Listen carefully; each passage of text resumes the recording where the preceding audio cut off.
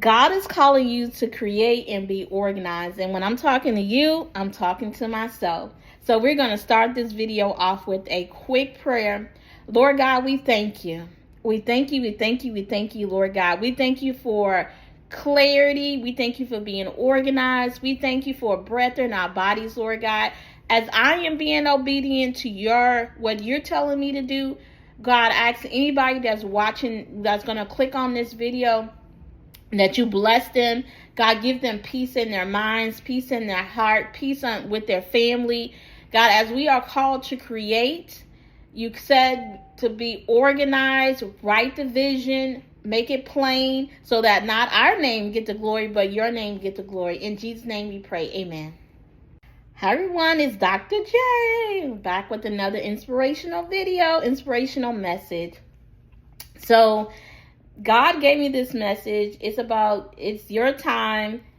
You have to be ready, organized for your next move.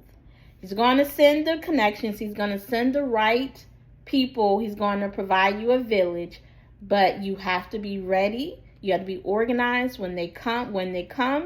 You have to have everything organized. And right now I'm going through a phase in my life where we're getting ready to shift, and we've been cleaning all weekend, cleaning one place, cleaning our main place to move to the next place, and just going through a lot of things. And I noticed I had like a lot of things I don't need, and we don't need that. So I'm going to give you guys 3 scriptures.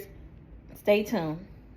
The first scripture is God is calling you to create and be organized is Proverbs 16:3. Proverbs 16:3 states, "Commit your works to the Lord, and your thoughts will be established." God honors intentional planning and order when you commit your creative works to Him. Again, you got to be organized. We can't take everybody. We can't take everything with us. Some of the things that we think we need, we don't need it. God is calling us to a higher place. And all the extra baggage, what happened in the past, we don't need it.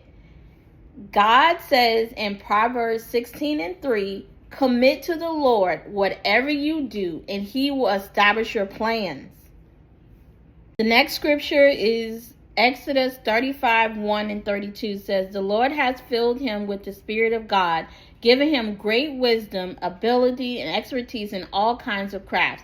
He is a master craftsman, expert in working with silver, gold, and bronze."